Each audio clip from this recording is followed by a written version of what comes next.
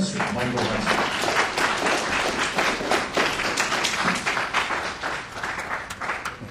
I usually talk about financial reform and banking here, but I think if we're going to go forward and you're going to get a wider audience for what you're talking about, you need to go beyond finance and beyond banking and talk about fiscal reform. You have to have a model of how the overall economy works in order to explain what your reform is going to do with the economy. That's what the two lectures yesterday did by Steve Keen and by the Japanese professor, working out an overall model. Without that overall model, you're going to be as obsolete as, say, the Georgists that only talk about rent. So it's sort of like, earlier came into the room, all they had was coffee, no milk. You can't have coffee without milk. I had to go out. That's the situation you are with financial reform without talking about tax systems and other forms of reform. You need the overall system. And the overall system that most of you are plugged into is basically to treat the banks like financial intermediaries, like the savings banks that worked until the 1980s and the S&Ls. They had, in effect, 100% reserves. In the sense that they didn't create credit, their reserves were lent out in the form of interest-yielding loans, mainly mortgage loans. Now, last week, Jamie Galbraith and Randy Ray and I were down in Brazil offering a proposal for how to transform their banking system. Jamie made the point that in the 1980s, a decision was made to end financial intermediaries. The savings banks were looted by insiders. The boards of directors simply took the reserves of the savings banks, gave them 10% to themselves, 90% to the Wall Street companies that turned them into commercial banks, and they were emptied out from basically depositor-owned institutions into Wall Street banks. The S&Ls were similarly changed. The lead example is Charles Keating, whose book was called Trust Me, and it's all based on trust. If you're going to cheat someone, the first thing you got to do is tell them, trust me. To lower what he did. Essentially, the financial system was criminalized. Now, I like Steve Keen's circular flow and method. I don't see any room for the criminals there. And without the criminals, you leave out, it's like Hamlet without, I won't say the ghost, but it's the ghost that's not seen today, as my UMKC colleague Bill Black points out. The other is military spending. And it really comes down to something more than just 100% reserves. The justification for the reforms that you're trying to bring about is, what are banks going to lend for under a 100% reserve system, and what are they going to lend for today? Now, you remember yesterday when we had a discussion about Steve Keen's talk, he went through the very beginning of his talk saying, if banks lend out loans to productive investors, investors who will take the loan proceeds and invest them and make a profit sufficient to repay the loan with the interest, then that is a model of self-feeding growth. That's the model that the classical economists talked about. It's the model you find in Marx's Capital. It's the model of a normally growing economy. The problem is that productive growth model is illegal in the United States. Banks don't make money to finance new capital investment. That's done by venture capital and by the stock market. In this country, banks only lend money against assets already in place.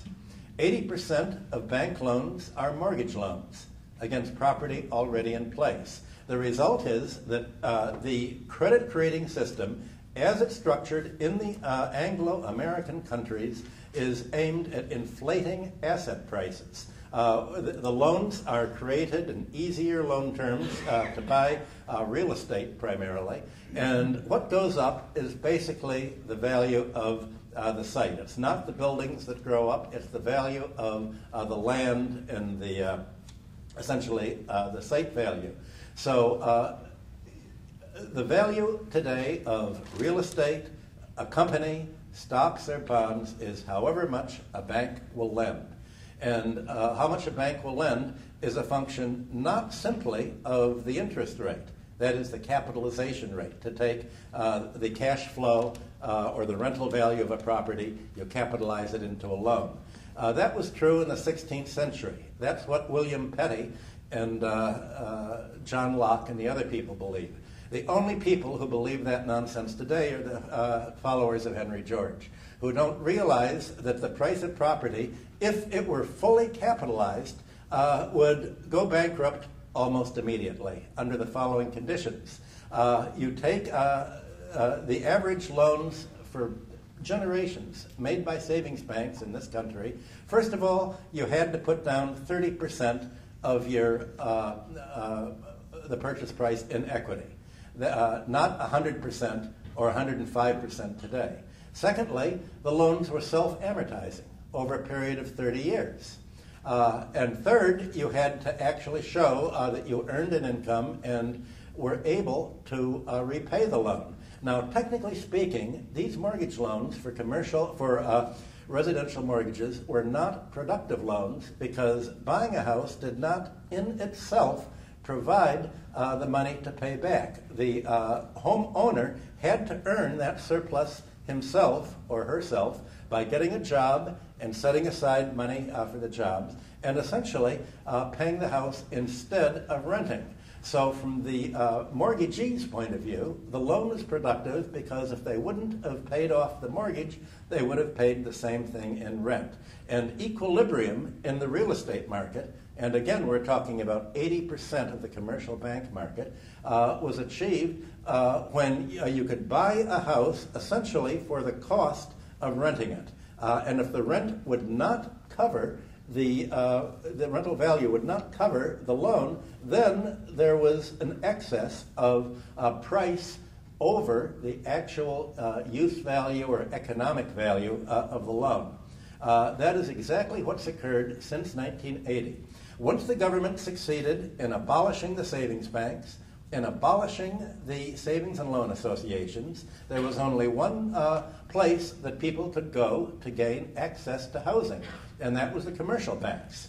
The commercial banking system became essentially criminalized in the sense that, the English language, every year we go through this discussion, how has the English language been stretched more? The word criminalized had a new synonym developed by John Reed at Citibank, stretching the envelope. They would sort of do things that there were little gray areas. They would push and push.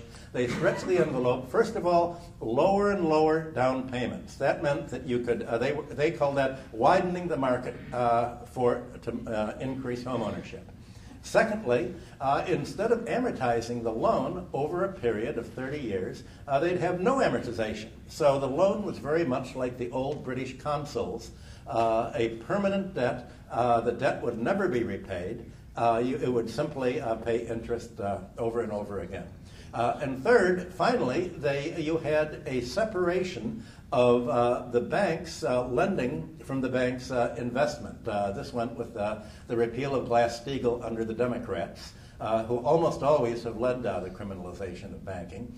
And you had a separation between the banks and the brokerage industry and the appraisal industry. And the purpose of segregating everything like the neoliberals want to do and break everything into functions is the corporate shell prevents a legal prosecution from finding the connections and the interconnections that make what Bill Black calls control fraud.